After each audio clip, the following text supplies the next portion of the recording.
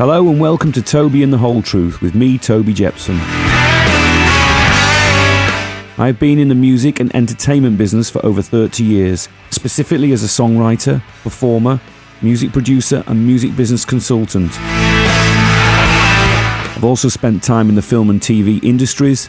I've managed artists, tour managed, co-written songs for and with others. I'm a creative writer of fiction and have written and directed music videos through my film company, Big Bad Films. And most recently, I've entered the world of journalism by becoming a radio presenter for Planet Rock. This series of podcasts and my mission is to get beyond the myths, the glamour and the misconceptions by peeling back the layers and exposing the true beating heart of what it means to be in today's ever-changing entertainment industries. I've invited friends and colleagues from across all sectors to talk about their lives and experiences and shine a light on the realities that lay behind the curtain. So sit back, relax, and let's welcome our guests for today. Steve Strange is one of the world's most sought-after agents and heads up the company X-Ray Touring. He started his career as a drummer in a local band in Belfast, Northern Ireland, before progressing to becoming a local booking agent and promoter. After winning a record deal and moving to London to record and promote an album, it quickly became apparent to Steve that his future lay elsewhere.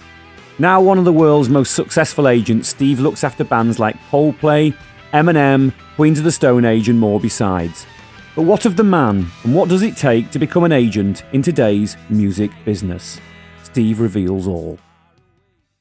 Okay, it's an absolute delight to welcome a really good friend of mine and actually my co-manager and long-term best bud, Mr. Steve Strange, to Toby and the Whole Truth podcast this week. Welcome, Steve. How are you? I'm good, thanks, Toby. How are you doing? I'm great, mate. Great. To the uninitiated, because obviously a lot of people that will be listening to these podcasts won't know probably who you are and what your role is. So I think to get us started, what I'd like you to do is to kind of give a sort of an overview of potted history, if you like, of your career, very, very briefly. But most specifically, what I'm interested in is you giving us an idea of what you think your key role is currently, and how that sort of works in your life in a sort of potted way. Okay. So you want me to start at the very beginning as musician days? Well, I think just for now, give a potted history. We'll get into that as we go down to the conversation. But let's say this. And so, what do you think? What is your key role? If someone who's never heard of you, doesn't know what you do, explain briefly what you do and what your situation is. Well, my primary role in the music business is as a booking agent. I look after many different acts from very different genres. Going from, Coldplay to EMINEM, from Queens of the Stone Age to Cigarettes After Sex, from Bright Eyes through to Modest Mouse, from Jimmy Eat World through to Alkaline Trio, Alice in Chains, whatever. I'm basically a very, I do a lot of rock, I do a lot of hip hop. I do a lot of, even into pop music as well, into, quite a lot of the urban world, the likes of Maxwell. I'm doing an artist at the minute called Arizona Gervais, who's had a massive worldwide hit, but just prior to the lockdown, he had a huge hit, so with a song called Roxanne. Which is a great song. It's getting worldwide traction. It's one of the highest streamed songs in the present day. And that's what I do. That's my main role in what I do. But I also manage clients as well. I manage, apart from Your Good Self and Wayward Sons, I also look after artists like Shepherd, which again had huge pop hits throughout the world. Signed to Universal, Decca in the UK, and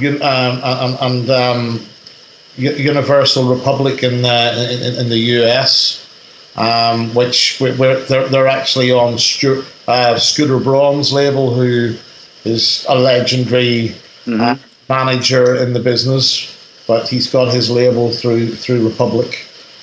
So we're on his label. They've sold like millions upon millions of singles and albums. You know, they had one huge worldwide hit, which kicked their career off globally. They were already big in Australia to start with, but you know, they're a band that has had a lot of longevity. They're successful throughout all of Europe.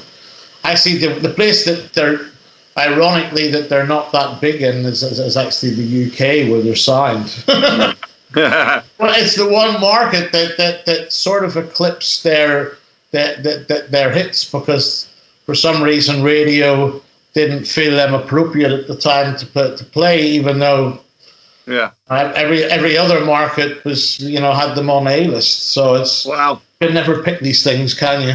No, you certainly can't. Well, I mean, what I'd like to do is we'll get into your sort of career arc as we go down through, and we can talk a little bit more in detail about some of the sort of the aspects of all that. But what I'd like to do is go back, because what I'm really interested in here, and I think what I'm finding most people are reacting to with these podcasts, is trying to get below the layers a little bit about the motivations and the sort of the vision that people have to make it in the music business. Because as you and I both know, it's an incredibly difficult business to exist in and survive in, and to develop in. So I'd like to take you right back to the start. I've got a couple of questions I'd like to start you off with. What was it like? Because you know, and I know your history, but obviously people listening to this don't. Of course. So you can give as much or as little as you want. But can you give me an idea of what it was like as a kid, being brought up in Ireland, and what was the support that you had from your parents and from the people that surrounded you at that point in your life? And this is the key thing, when was the eureka moment for you when you decided you want to get into the music business? What was that point? Well, it's quite funny actually, because I watched Ricky Warwick's podcast that you've done with him recently, and because we both grew up in Northern Ireland at the same time, you know, and I remember his eureka moment being Stiff Little Fingers at the Ulster Hall, which you know, basically, you know, I got into music quite early on. You know, like I like punk rock. When I was even in primary school, my good friend from primary school, his older brother was like, you know, 15, 16, 17 years old, or I can't remember, you know, and he had a great taste in music. You know, he was listening to a lot of, you know, the Clash and, you know, the Buzzcocks and bands like that in that period. So I got introduced to credible music quite early doors. I was able to listen to, you know, like artists like Neil Young when I was 10. You know, like most people never discover Neil Young until much later in life. Yeah. You know, and I was listening to Roy Harper. I was listening to, you know, Pink Floyd's early stuff back as early as 78, 79. You know, and I got taken by my cousin, who was, I think he was about 14 at the time. He wanted to go. AC/DC were playing in Belfast at the Ulster Hall with Bon Scott back in the day. Brilliant. It was one of Bon Scott's last ever tours. In fact, I think it was his last ever tour, on the Highway to Hell tour. And, you know, they hadn't quite, you know, the AC/DC were still a theatre band at that point. You know, they never really got into their big moment until Back in Black, as it goes. Yeah. You know, they were a City Hall theatre style band back in the Bond days. But anyway, I was my cousin wasn't allowed to go unless he went with someone that his parents knew, and I was only 10 years old. And but my father, you know, he said, look, I'll go and play, you know, he can go, you know, and they can go together. I had never heard AC/DC at that point in time properly. Like, I'd heard one or two songs, I think maybe Whole Lot of Rosie and Let There Be Rock or something, but I wasn't really that familiar, you know, in a starstruck fanship way, you know, at the time. But I went along to the show with my cousin. My father took us there, picked us up afterwards. And again, exactly the same venue as Ricky saw Stiff Little Fingers in. 1 year later, I saw AC/DC in 1979 at Belfast Ulster Hall. Wow. You know, a lot of eureka moments come out of that venue. What a brilliant and what an amazing venue. I mean, one thing that I was, you know, I'm struck with, and talking to Ricky as well, obviously, because, you know, obviously exactly the same sort of part of the world is.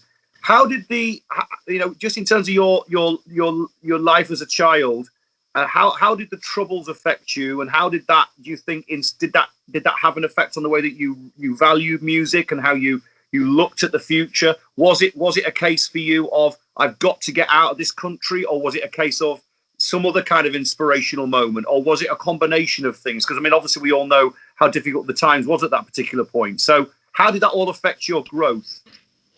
Well, to be honest, you know, I grew up with the Troubles from when I was born. You know, I was born in 1968.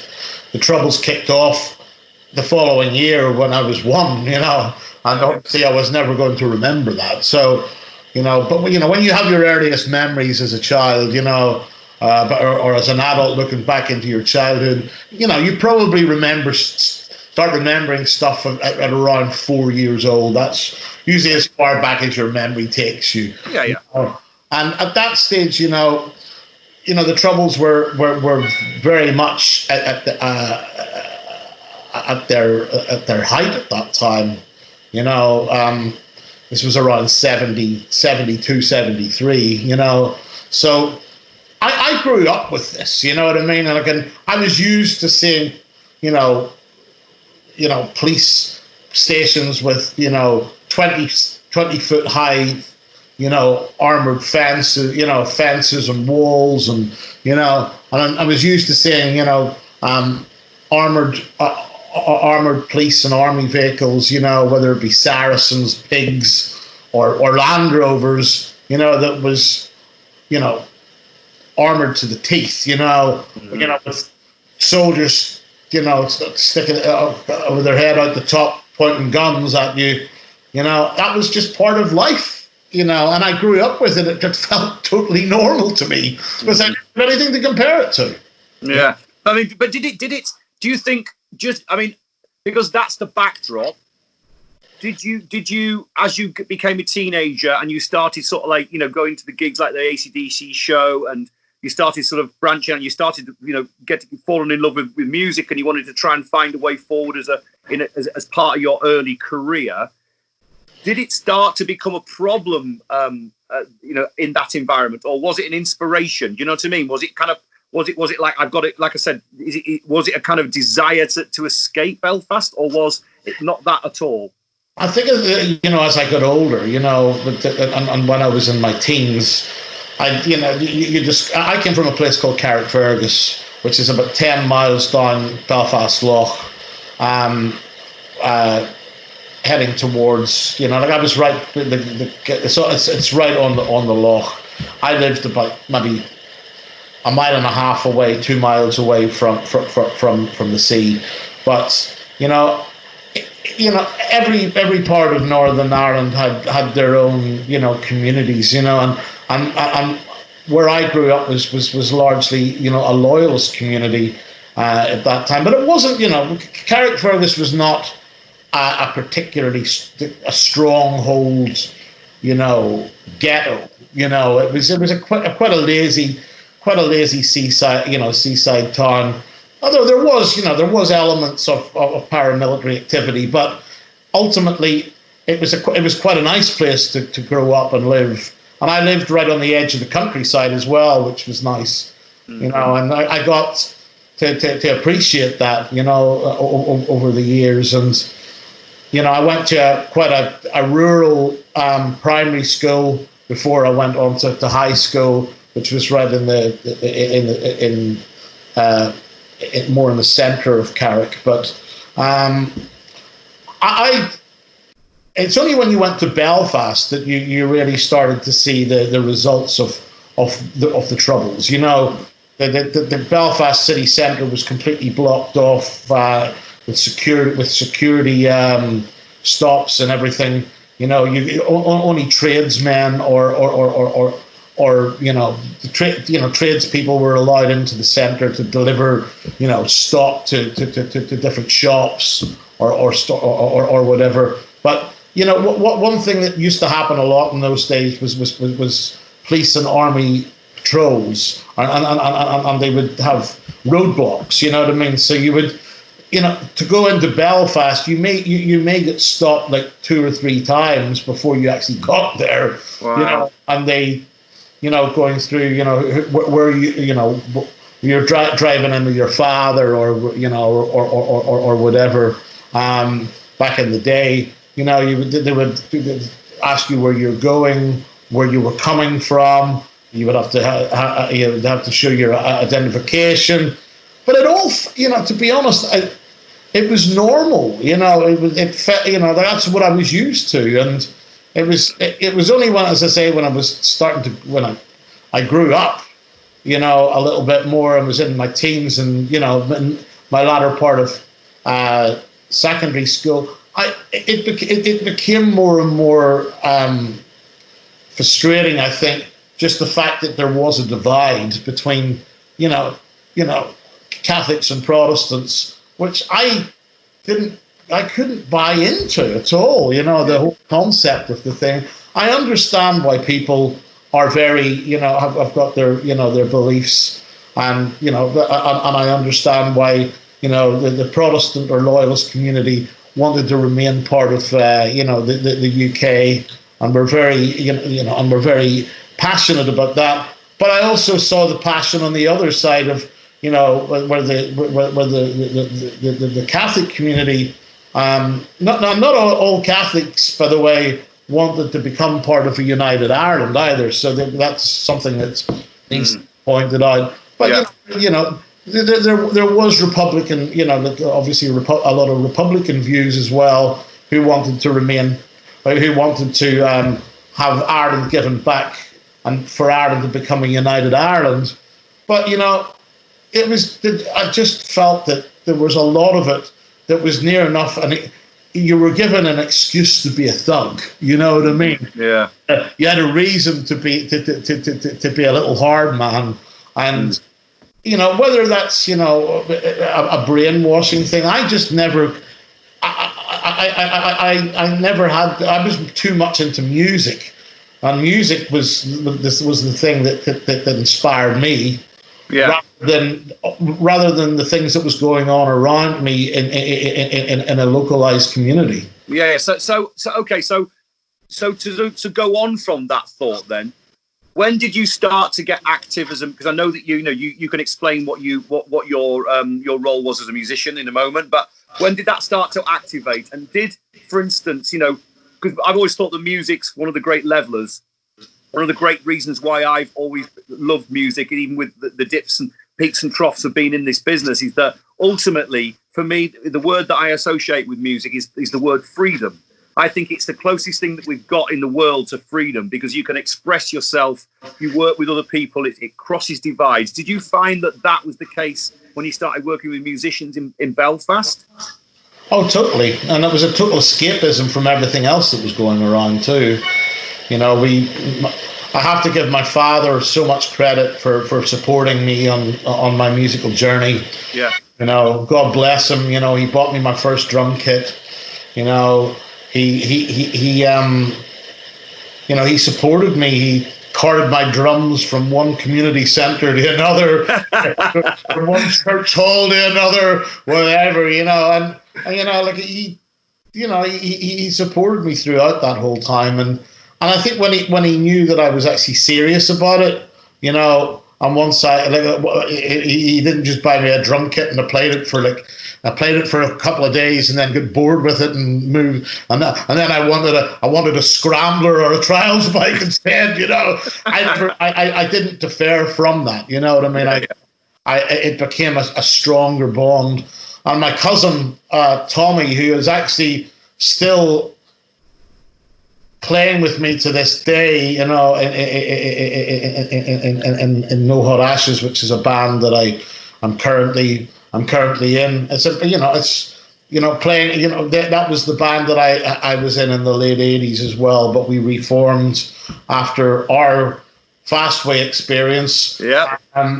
You know, and we reformed for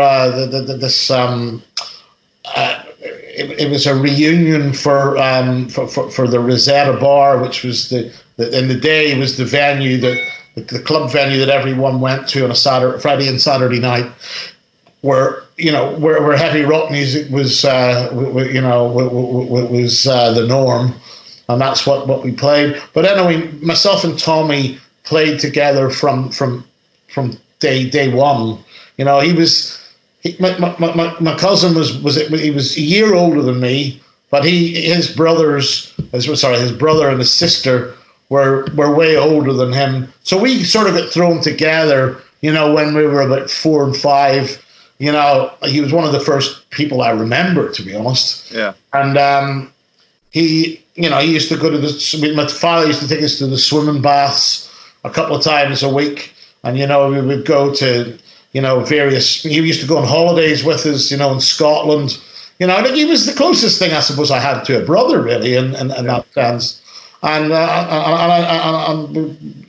to this day, we're still very close. But we started playing together. You know, we through a series of different musicians. He started off as a bass player and played bass for many years before he switched to keyboards. But we ended up, you know, we were the nucleus of what became my early doors musical career. And he followed that through with me in bands right until I stopped playing. We got a record deal, moved to London, and when it all sort of fell apart, I'd done a little bit with Eddie after that in the late 80s. You know, when it all fell apart, I became an agent at that point. But just to interrupt you there a little bit, just to go back on that, because I think this is really interesting. Because obviously I know the story, but can you just expand a little bit on that approach? Because like I said to you earlier on, what my key thing here is to explore and examine the motivations and the focus and the drive behind those that are succeeded. So I've always been really intrigued and really impressed with the fact that you guys got out of Belfast and went to London, got your record deal, and you worked with Fast Eddie Clarke. Could you just expand a little bit on that whole situation and what happened there? Yes, of course. You know, No Hot Ashes was the first proper original band that I had been part of, and they had quite a big following in Northern Ireland. We were one of the bigger attractions on the rock music scene of the north of Ireland. And we got to support various people, whether that be Mama's Boys, Magnum, whatever, back in the day. You know, we were starting to build up a head of steam. You know, our songwriting had definitely got much better, you know, over a period of time. So we went in, we found a studio that we really liked working in with an engineer who was the owner of the studio, a guy called Gary Aiken. The studio was called Novatech, and we were able to start producing, you know, good quality demos. Yeah. And we were all, you know, we had a good chemistry with each other at that point. And so we recorded the demos, and I don't know whether it was left to me, but I just took on the role basically of, I was the one that was booking all the gigs. Yeah. I was the one who basically, between me and the guitar player, sent out all the demos to all the different labels. And in 99% cases, the cassette would be returned to you, hadn't been played with the standard old letter. Thank you for sending us your demo tape. Unfortunately, you're not what we're looking for this time, or we're not looking to sign anything at this time. Just the normal old the normal kiss off. Old buffoonery that goes on,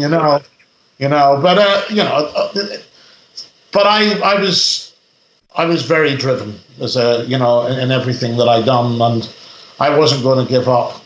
And I read one day that Fastway actually had signed a deal with this label called GWR Records.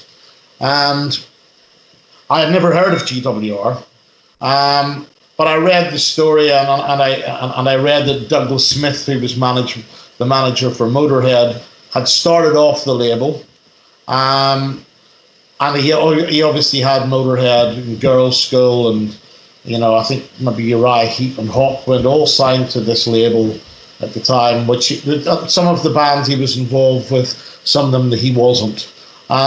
He signed Fastway, and I said, well, that's one I've never tried. So I managed to. I think it was because I'm called Stephen Strange, but I preferred Steve. So when I was a kid, I was Stephen Strange, and then I became Steve Strange later on, and there was another Steve Strange in the world, in the form of Visage. Who's now no longer with us. I rang up Douglas Smith, and I think he thought it was the other Steve Strange. So he took my call, and I ended up on the phone with him for over an hour. He was a man that used to enjoy a smoke of a little bit of the old herb in the day, and I think I caught him at a good time, and he was in a very talkative mood, and I sort of got I made an impression on him because I sent him off the demo. He told me to send it with something that he would recognise on it, and he took a note. And 4 days later, the phone rang, and my mother was in the house and says, "Stephen, there's a guy called Doug Smith from London on the phone." I had to grab the phone off her, and he said, "I've just been listening to this demo, all day." He said, I got it yesterday. And I got a chance to listen to it this morning, and he says, I haven't stopped listening to it since I put it on. He said, we would really like to be involved with you guys. Wow. And then proceeded to fly myself, the lead singer, and our guitarist Davey Irvine. He flew us all over to London the following week, and before we knew it, we were sitting in front of him in his office, and he took us to the pub for some lunch. The pub called it was called the Carlton Bridge on Great Western Road, right 100 yards from his office, and said, "Look, I would love to sign you guys, but I also would like to manage you." Wow. And that's how it all started. It started off with Doug, extending his love for our music, and he became our. We pretty much agreed on behalf of the others that this sounds like a great idea. Let's go down that road. Yeah. And within 2-3 months, he had booked us into. He had got a producer for us, and he moved us across to London initially just to do the album, he stuck us in a big apartment where there were 6 of us, but it was a big, like a big apartment in Lancaster Gate. And it was so exciting at the time. I know how you must you must have felt in those early Little Angels days. It was the same for us, and went in and made the album, and it was a great feeling. We had recorded and we'd done a lot in PRT Studios, which was in which is right on Marble Arch. It was a really, really good studio. We recorded a lot in another big studio of the time. We'd done some in Rack Studios as well. Oh, that's a great studio. And it was great, like we made an album. Doug then wanted to move us across to London, and that's where it all. We were living in Stanmore. He brought me over to go and find a house, basically.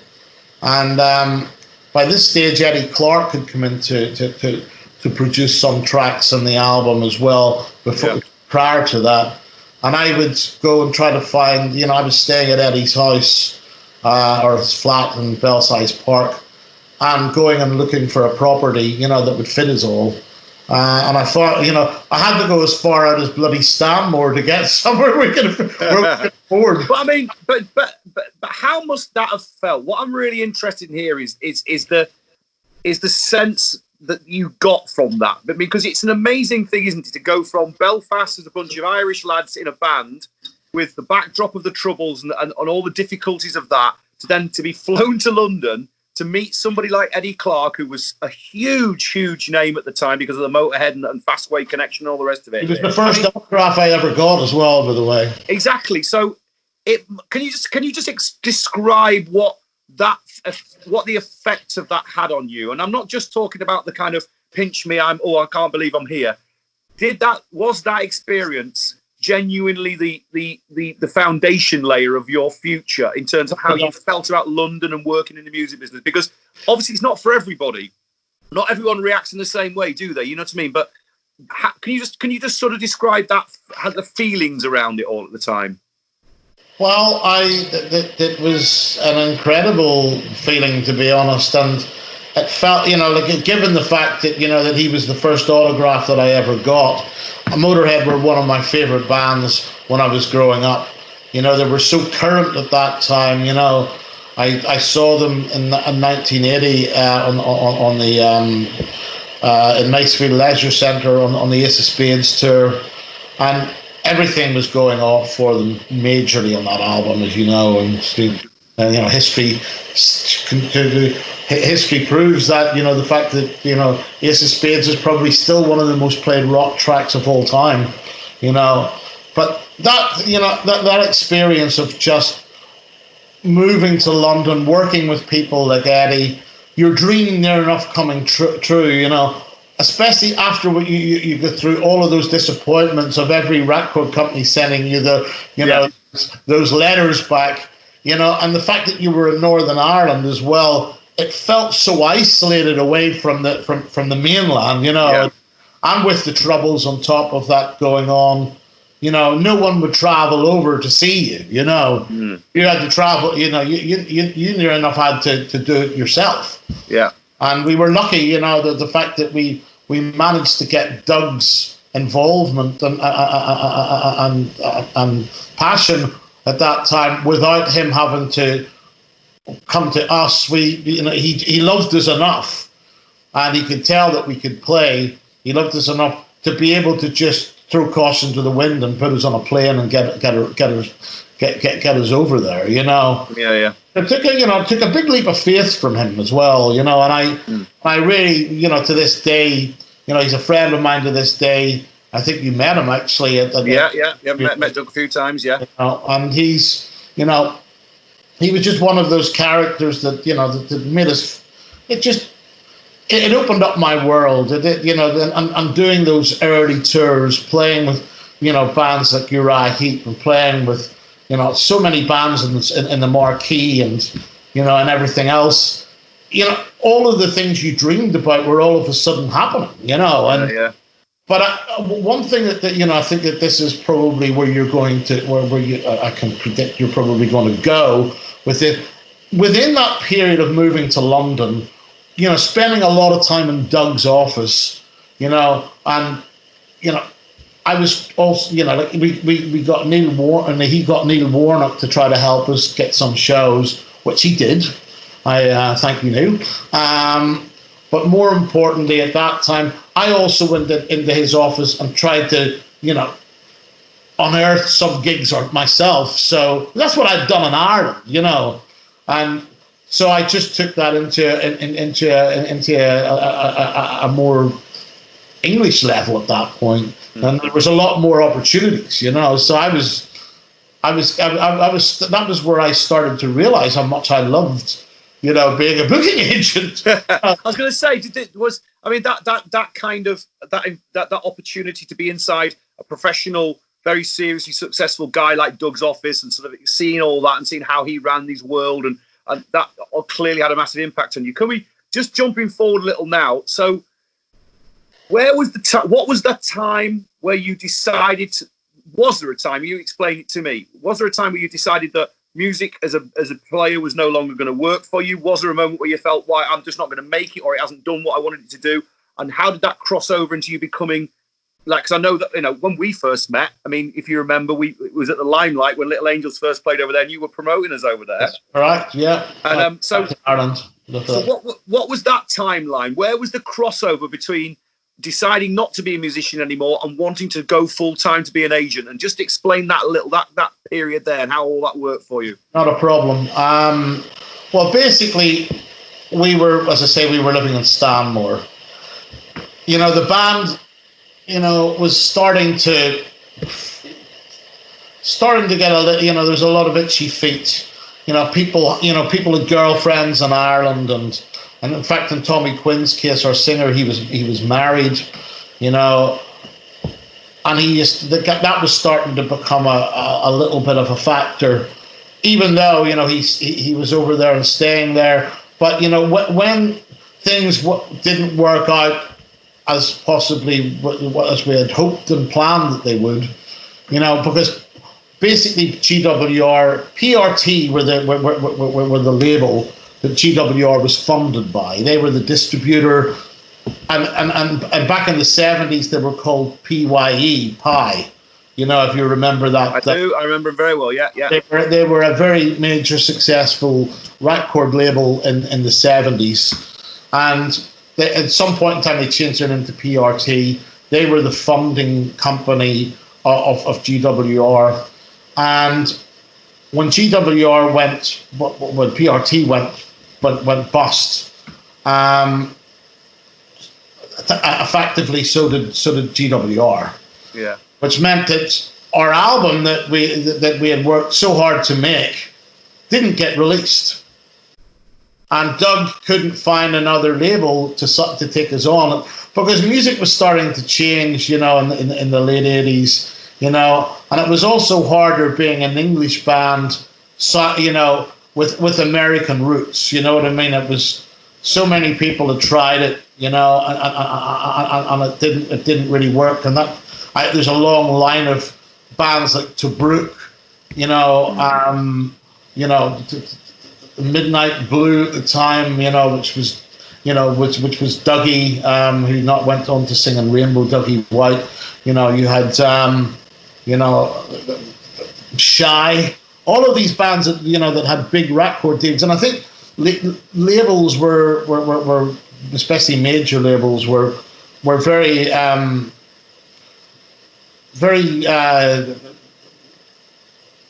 what would be the word I would use?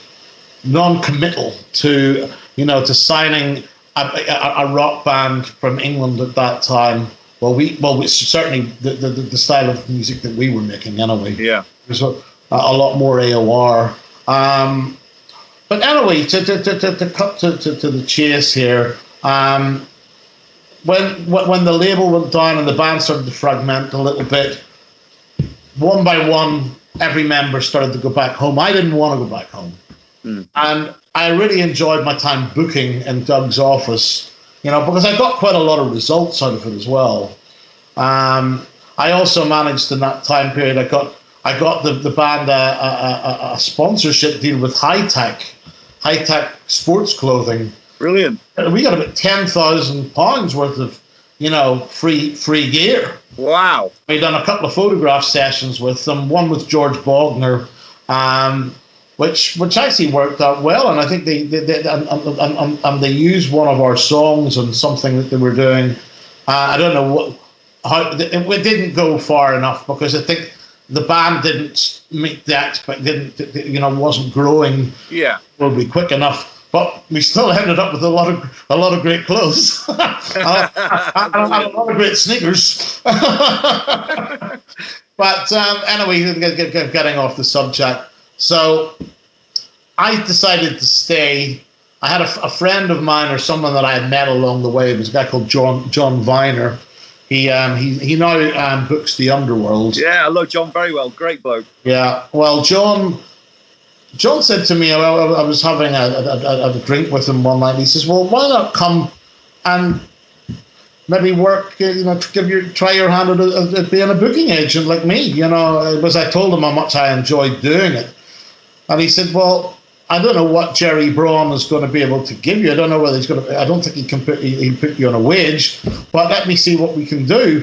So I went and worked there for 2 or 3 months, started to build up a little roster, but, it's Jerry's business at that time as Braun Agency, which were a massive agency in the 70s and early 80s. It was all starting to close down, and so Adam Parsons was a friend of mine who you interviewed, I think, recently. Adam had a booking agency called Big Rock. So, again, a little small boutique hard rock agency, and I went. He offered me a job, and I went to work for him, and God bless him. He could hardly afford to pay himself properly, never mind someone else. But he helped me get a place with a friend of his. He was managing Stevie James, who was in Taggart. I could tell you, Stevie's a great guy. I love Stevie, but he was pretty full on in those days. Yeah, I suppose we both were. But my memories were very fond of that period. Adam is a great supporter. I picked up Mama's Boys, which were an Irish act that we had previously supported. They had got to a decent level in the UK. In fact, I believe even Little Angels in their early days opened for Mama's Boys as well. Absolutely, we did. Yeah, loads of great memories. So we and John is a brother to both of us to this day. Right. And and we played with them both in Fastway. With Eddie, but anyway, I picked them up as a client, and then started picking up other clients, and then I got offered a job at Prestige Talent, which I needed to take because I was draining Adam's finances but just to interrupt, how does it, just explain a little bit how that sort of thing works? Because I think to people that don't understand what an agent really does and how that world exists, is it very much that you're in a sort of whole community of people, even if you're a junior at that stage, like you were? How does it work in terms of getting reputation, and how did that then affect you? You say you got picked up by Prestige, you got offered that job. How does that sort of thing happen? Is it very much a case of it is just based on reputation and et cetera, et cetera? What's the network like? Well, I'll tell you how. The thing is, look, obviously when you're an agent, even at that level, you still speak to the other agents because you're putting people forward for supports and whatever else. So anyway, I got to know this guy called Nick Peel who worked at Prestige, and I was obviously probably a pain in his ass, in those days. But he always had something. He always give me his time, and so I had booked the tour for Mama's Boys, and they were funded well, Mama's Boys, in those days. And they had a great marketing strategy, where there was quite a lot, like in the likes of Raw magazine and Kerrang and Metal Hammer and whatever, they took adverts, in those papers, and it got to the attention, and Nick turned around and said, "Did you book that Mama's Boys tour?" And I said, "Yes, I did." He said, "That's a very impressive piece of work." And he says, "I'm surprised that that they can go and play these sort of places." And I went, "Well, they have, and they are." And he said, "I've got a thought." He says, "Are you, are you interested? Would you be interested in possibly coming to work in a company like this?" And I said, "Well," I said, "Adam's been incredibly loyal and good to me, but we're living hand to mouth here, and and but Adam understood, like Adam had become a close friend as well, and he understood that I needed to do this, because I was honest with him. I didn't go behind his back or anything, and no. I went in and met Phil Banfield, who owned Prestige, and he offered me a job immediately. And I started 2 weeks or a week and 2 weeks later, and I worked there for a while. I wasn't getting paid a lot, to be honest. I was on a small wage, but it became harder and harder and harder to live in London at that time. Yeah. Just financially, I could, because I was expected to go to gigs at that point. I just couldn't afford to I couldn't afford to pay for my place, to go to the gigs, get yourself a drink, do whatever, and be able to finance all of this, and also eat somewhere along the way too. Yeah. But it got to a point where I realized that the place that I was living in was just it was inhabitable. I couldn't do it. I had to move out. And so therefore I moved. I begrudgingly and with heavy heart had to come back to Northern Ireland, and I went to work for Eamon McCann, who was he was Dennis Desmond's partner in MCD, and had his own company called Wonderland in the North. He also owned the Limelight, and I started doing shows with him back in those days.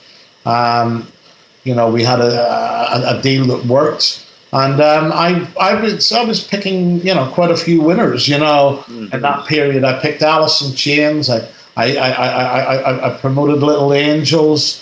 I promoted Magnum. I promoted sold-out shows for Silverfish. I done sold-out shows for Senseless Things.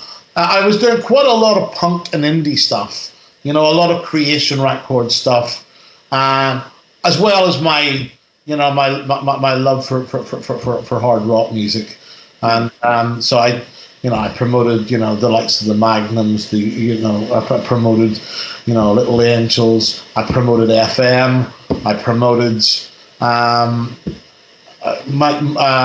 Mike Tramp's band Freak of Nature. Wolf Spain, the Wild Heart.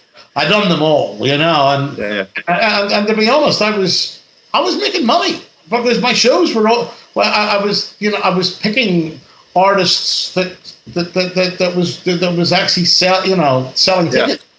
Okay, so let me ask you this then. So it's an I think it's an extraordinary story, and I've always felt this about you. But I think there's, in the same way that talent exists for people that are creative as artists, I obviously completely recognise the fact that same need for talent has to exist in other sectors of this business. I think you've got one of the most prodigious talents of your type. Where do you think that comes from, Steve? Just to get down into the nitty-gritty of this, because you obviously adopted the idea of being an agent and being able to sort of talk to people and it works for you. It works for you so well. Where do you think that comes from? Where's the drive? Do you think it's a what is the focus? How can you see the picture? What makes you such a great agent, even at that stage? I think you have to have a certain sort of personality to be an agent. You have to have a certain sort of mindset. Some people, want to be the bad cop. I like to be, I don't like to be the bad cop. I like to be the strategic cop. I like to be the one with the strategy. I like to be the one who tries to build a career organically. I'm also someone that, that doesn't get, you don't get fucked with either, at the same time. I'm no pushover, but at the same time, I'm fair, I think being fair, being honest, being hardworking, and being strategic are the 4 points, that you need to have. Mm-hmm. And having an abrasive personality, but you have to think outside of the box. You have to think of a band's career. Do you know what? It all boils down to one thing. It's called my love and passion for music. Exactly. Do you know what? I was so pleased that you said that. Always has been. It always has been my main motivation since when I picked up my first, AC/DC record, or when I listened to that, when I listened to Like a Hurricane for the first time by Neil Young, when I listened to whatever, whether that be The Clash, whether that be, listening to never mind the Bollocks, for the first time, all of those things were game changers, and helped push you that little bit further down the road. And the rest, is more fate and good luck in many ways. Just falling into the right things. Like if I hadn't have been the one that was left to get the gigs and realized that I had a natural ability at it, I may never have known, and it's just certain things just fall into place. And whether that's luck or design, I have no idea. Well, I think it's a combination of the two things, because it's really interesting, because every single conversation I've had in this first series of podcasts that I've been doing, everyone that has, because I've tried to kind of keep the same sort of level of guests in terms of achievement, and everyone said the same thing. It's a passion and a drive for the love of the music. Because I don't know whether you agree with this or not, but just to make a bit of a statement, I'd like to know what you feel about this. Is that I've always felt that there isn't another business like this. If you were to write down on a piece of paper what you get out of this business quite a lot of the time, especially in the early years, people would be horrified, wouldn't they? People would not understand why you would get up at 4 a.m. to get in a van and drive in the freezing cold with a band to a venue to play in front of 20 people, get paid nothing to go home and be pleased about it. That's the early years. And the same thing about trying to survive in an environment like you've described, in uninhabitable venue, a place, flat or whatever it would be, and not eating very much and hardly being able to survive, but you still manage to find your way out of that. That is the remarkable thing for me, and that has got to be about passion. Because you can't. I don't think anyone would look at our world, especially in the early years, and think that's a good idea. You know what I mean? No, it's very difficult. You're right, but at the same time, looking back in those days, it was exciting. It didn't feel like I was doing something. Yeah, I wasn't complaining about it. I was celebrating it. Absolutely. Because it has a kind of. I mean, do you agree with this? It has a kind of rose-tinted idea. The idea of of music business and the art business and acting or being in the films. It has. I think it delivers a possibility, doesn't it? It's a possibility that's just out of reach. But the very fact it's just out of reach and you've got a chance to go and try and touch it is a massive part of the drive for it. Of course, yeah. It's like someone says, like if you try to reach the ceiling, you'll never get off the ground. If you try to reach the sky, you'll probably reach the ceiling. You know what I mean? You have to push. You have to give yourself that that extra goal to go for. You know what I mean? Yeah. It's like climbing the mountain. You know, when you climb the mountain, you don't want to ever reach the peak because there's only one other way you can go, and that's down again. You just want to find a bigger fucking mountain. You know? That's spot on, pal. Brilliant. Well, listen, let's flash forward because I'd like to get onto the X-ray situation because so you're back in Belfast, you've been promoting, you're starting to kind of really make a name for yourself. What was the next stage in a nutshell? What was the next bit, and how did X-ray come into play? Okay, well, there's a little bit of a bridge that I have to build before we get there. Okay, go on. So I started off like I basically, after being in Northern Ireland, I had always, when I went back to Northern Ireland, it was through desperation. You know, I didn't want to really be there at all. You know, I didn't want to be, having to go back there. But I had to go back there just to, to pick myself up and dust myself off. Yeah. And because I done very well with the promoting, I had built up enough funds. Actually, I made quite a lot of money being back there, which was able to fund me for probably the best part of my first year back in the UK, which was a godsend. You know what I mean? Yeah. So I got a job with Rob Chalice at FAB, and Rob was doing pretty well at the time. You know, we had a good office. We were based actually we shared an office with Cooking Vinyl, the label Cooking Vinyl, back in the day. And so I started off with Rob.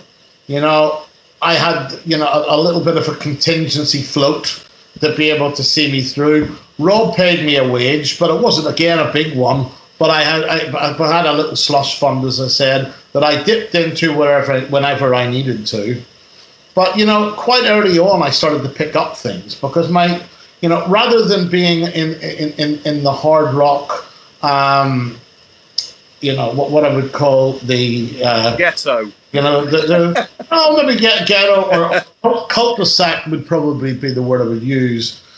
I managed to get myself out of the cul-de-sac. Yeah. I started, and a lot through, going back to Belfast really helped that because I started promoting a much broader sector of music when I was there, and that allowed me to be able to doing bands like Leatherface and doing bands like that. I was even getting into pretty much like punk hardcore world, as well as doing indie stuff as well. Like I'd done Kingmaker, I'd done all of those bands who were all happening at the time, having hits and whatever. I'd done the Cranberries, but around the time that they just released In My Dreams, But getting off the subject, I went back. I was working for Rob, and I picked up Ash very early on because I had given them one or two bits of help in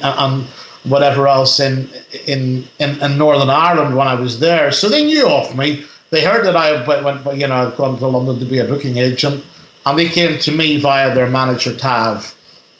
That really started off a lot of things, for me, and it's from there, they took off very quickly. I was doing a couple of other decent, successful acts in around that period as well, but not anything that would go on to be how Ash exploded. They were a teenage sensation, but great. They were kids that was writing near enough songs in an adult world, but with a very romantic teenage approach to it. I thought what they'd done was incredible. They were the perfect dynamic of a band that could have been around at that time. And they wore their influences on their sleeve. And as it goes, and this as well, Toby, that Tim was actually head of the Northern Ireland fan club for Little Angels. He was. Who we did not know. I have been working with Ash for 15 years at that point, I had no idea until he turned up at Hyde Park to watch us play that he even knew who you were. Oh, no, that was mad. That was one of the most bizarre discoveries that I think I've ever had. But anyway, so yeah, they broke, and within a period of time, I was picking up things like Placebo, Gomez, which led on to EMINEM, which led on to Coldplay, which led on to Queens of the Stone Age. So by this stage, I had moved away from Rob, and I went to work for 18 months to 2 years with John Giddings at Solo. And John is one of my close friends to this day. In fact, we had a call at about 4 o'clock, just an hour before I started this call, just to have a catch up and have a laugh and just generally talk as mates and say, and discuss how much the world is impacted, how much the live world has been impacted by with the virus, everything that's going on at the minute. Like it basically is a Poseidon adventure, with so many different things. But we'll get into that a little later. But ultimately, I went to work for John for 18 months. John was an incredible supporter of mine, and really helped a lot of my clients to get the right supports.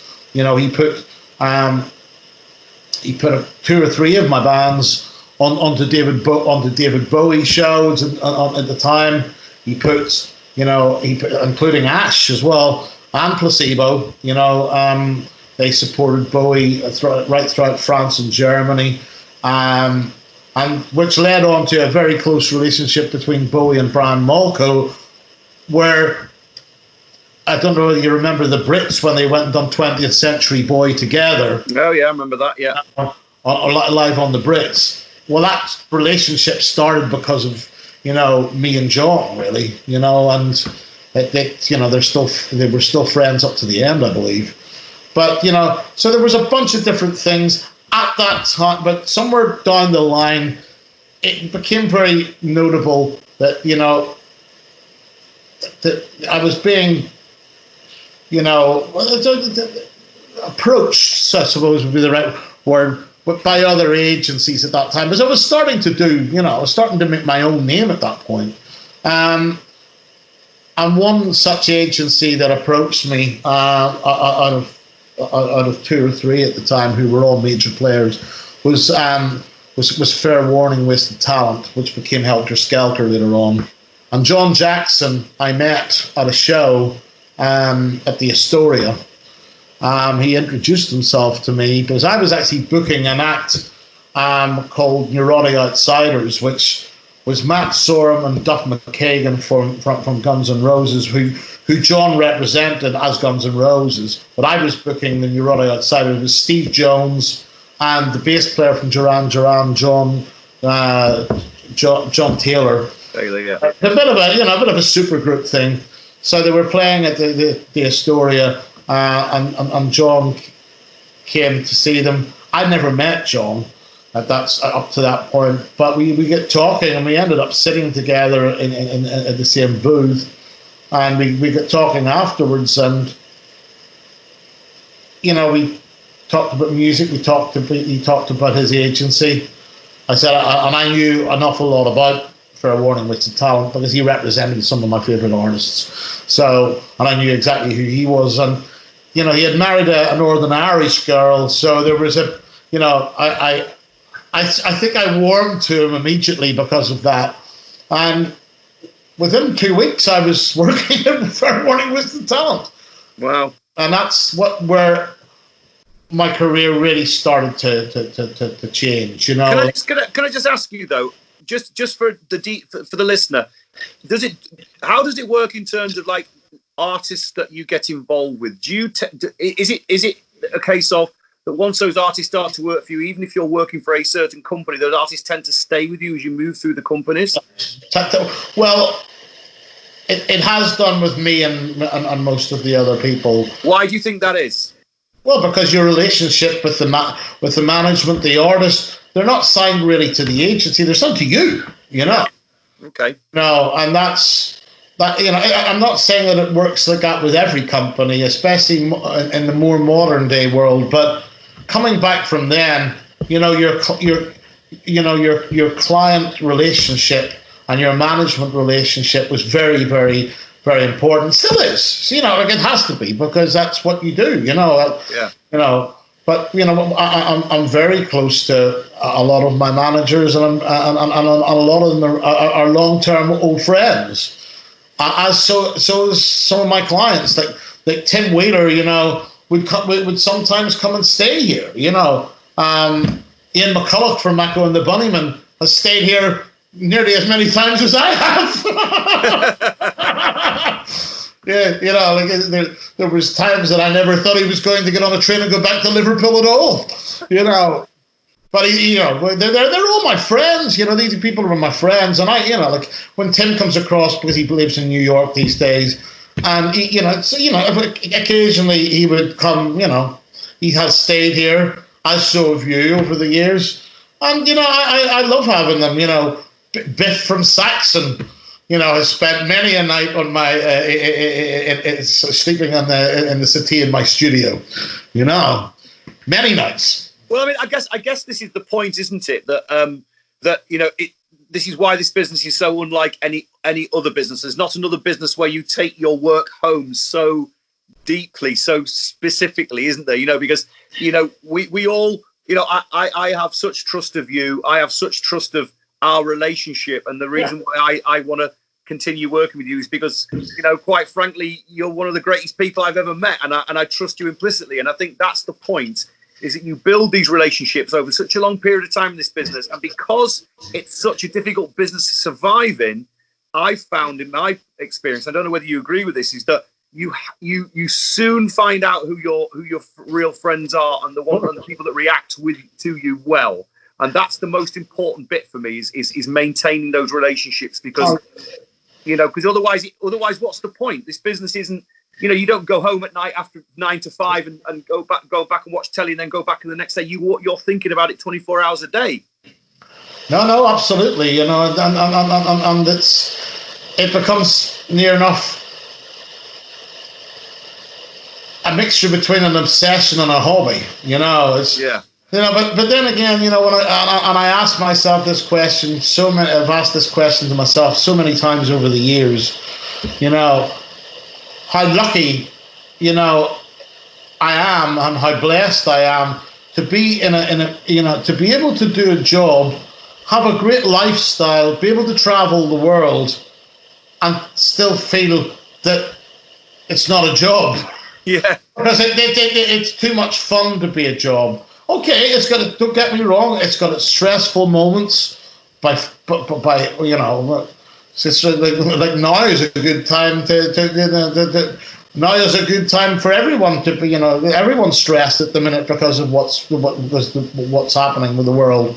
But at the same time, you can't let that bring you down. No. And you just have to again, think out of the box for the future. And I love what I do. I couldn't be happier. And after 30 years as being an agent now, I wouldn't want to do anything else. No. I still get a spring in my step when I get up in the morning when I'm doing things. I love booking tours. I love what I do. I love going to shows. How great a job is it? That what you do is you get to go to shows. You get to watch the real essence of where rock and roll stems from, the live stage, you know what I mean? And that's, to be centrally involved with that world and help procure careers and build careers, from those early points, whether that be Coldplay at, the Bull and Gate, to EMINEM playing Subterranea, to Queens of the Stone Age playing the Garage, and to take them from, for EMINEM from Subterranea to 3 nights at Milton Keynes Bow, to 2 nights at Wembley, to 2 nights at Twickenham, and the rest. To take Coldplay from the Bull and Gate or the Barfly and take them, you know, to doing 4 nights at Wembley, 5 nights at Wembley Stadium, you know. All of these things are great. Like Queens of the Stone Age, again, you know, another very proud build, you know, and you know that I'm immensely proud of, because I created a strategy that I learned actually from John Giddings in the early days when he was booking Iggy Pop, and it's about building up a smoke screen around you, you know, a smoke screen that really, you know, you know, you're building a career where it's, you know, if you've got a great live act, you know, like Queens of the Stone Age, what you want to try to do is build them on the festival circuit, get them as high up those bills and get them in front of as many people as you can. And then in the midweeks between the festivals, you play smaller shows that are going to go bang, so that no one knows where the roof of the band is. Yeah. And every gig is a statement. Every gig is a success. And that's what we done until we knew that we were going to, you know, we knew that we were going to have to, you know, put the foot in the water, really. Yeah. But it's a really unique set of skills, I think. And I think, like I say, for people who are listening to this podcast and have never ever heard an agent speak before, I do think it is a very unique set of skills. You've got to be tenacious. You have to have, like you said, you know, you have to be a very amiable person. You've got to be able to talk and be businesslike, as well as being, you know, accessible. There's so many things about being an agent I think that's underrated, and I think, of course, this is the point: is that you are the front end, you are the conduit for bands. You know, I've watched you work on your bands and seen some of the most amazing things that you've done and how you've managed to form those careers. What do you think are? I mean, just I know we're going to come on to this at the very end of this conversation, but do you think having a thick skin, and being tenacious and never stopping, are all these things all rolled into one? Is the one key thing that you think at this stage in your career, let's just take it for where it is now, you know, with where you are, what do you think the main strand for you is? Is it a continued ambition? What is it? Yeah, I think it all boils down again to, you know, yes, it's ambition, and not only that, your responsibility and to an artist's career. You know, their life career is in your hands. You know, you're making decisions on their behalf, or you're creating a strategy that the manager and the artist has to buy into, and it's your strategy. And if it goes wrong, it's you're effectively, you know, risking the band's reputation. So you have to get it right. You cannot afford not to get it right. You know, I'm not saying you're right every time, because we all make mistakes. We're human at the end of the day, and sometimes you just have to. You have to throw caution to the wind. You know. But something, you know, you have to weigh up your pros and cons and know how it's going to work, and what the benefits, whether the benefits outweigh the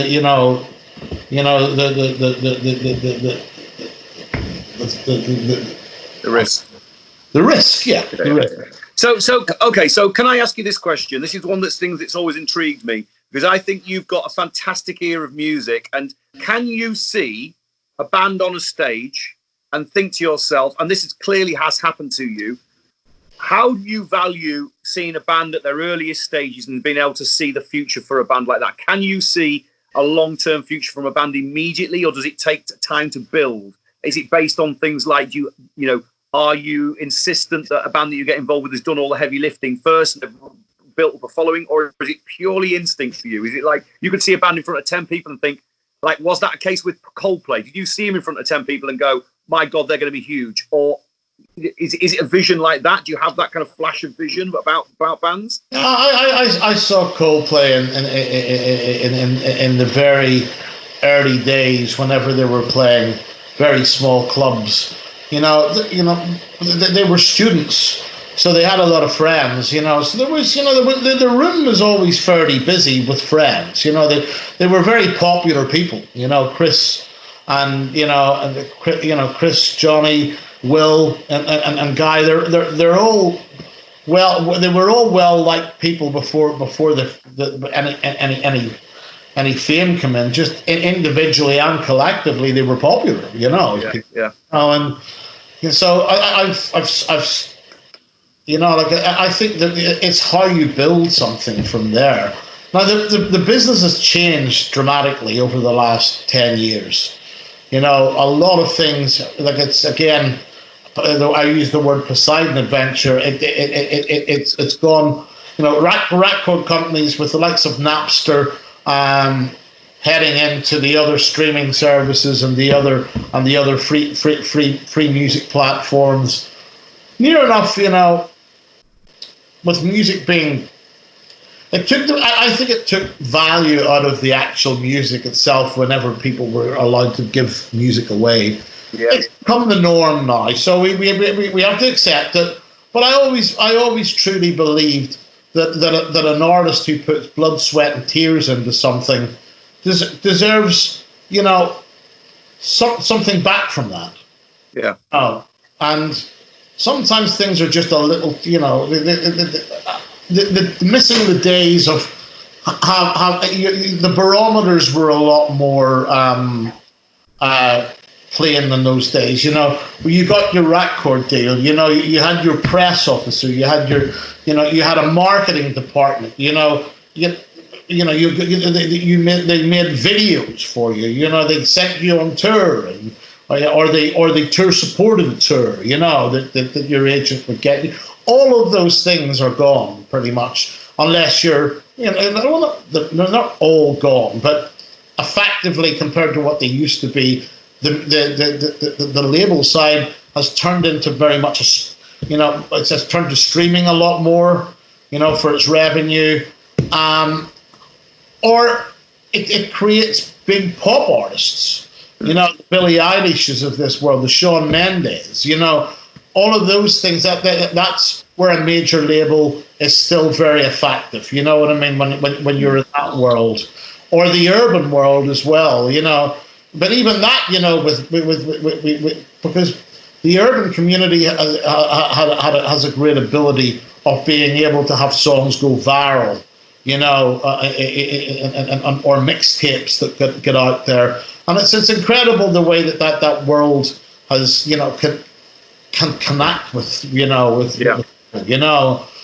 But, you know, it is a changed world, you know, like the guitar band world is still very much there. It's a little bit of a sleeping giant at the minute, I think.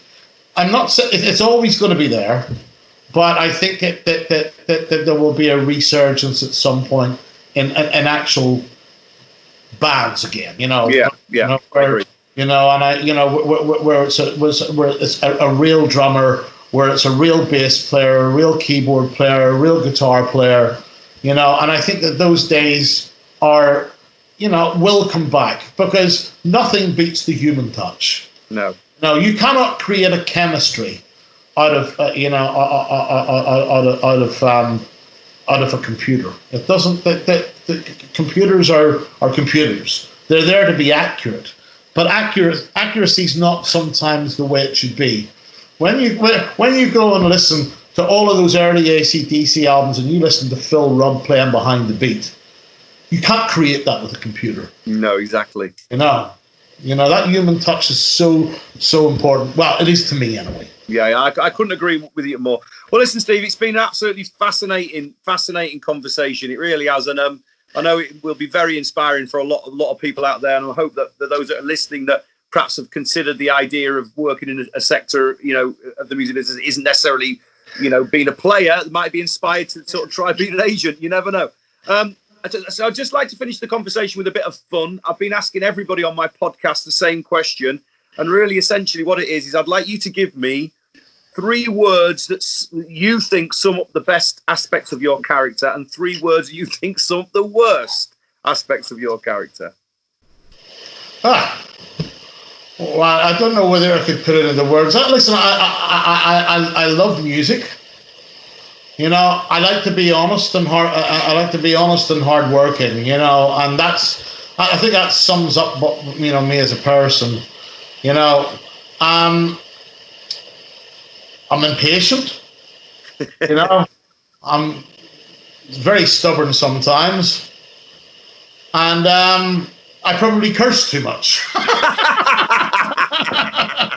But that's the Irish in me. Oh, mate, listen, it's you know, it's an absolute pleasure as ever talking to you. You've been a massive source of support and inspiration to me ever since I've known you, and I know people will love listening to you talk about this stuff. So thanks again for joining us on Toby and the Whole Truth, and I wish you well, and hopefully in the future, you know, we can maybe pick this conversation up again and have a conversation about how the music business has changed after the COVID-19 has. Yeah, that's another conversation in itself. Yeah, exactly. But listen, mate, I know you'll survive because you are one of the most determined people I've ever met, and that's and it's an extraordinary experience knowing you, and a real privilege. Thank you so much for being with us.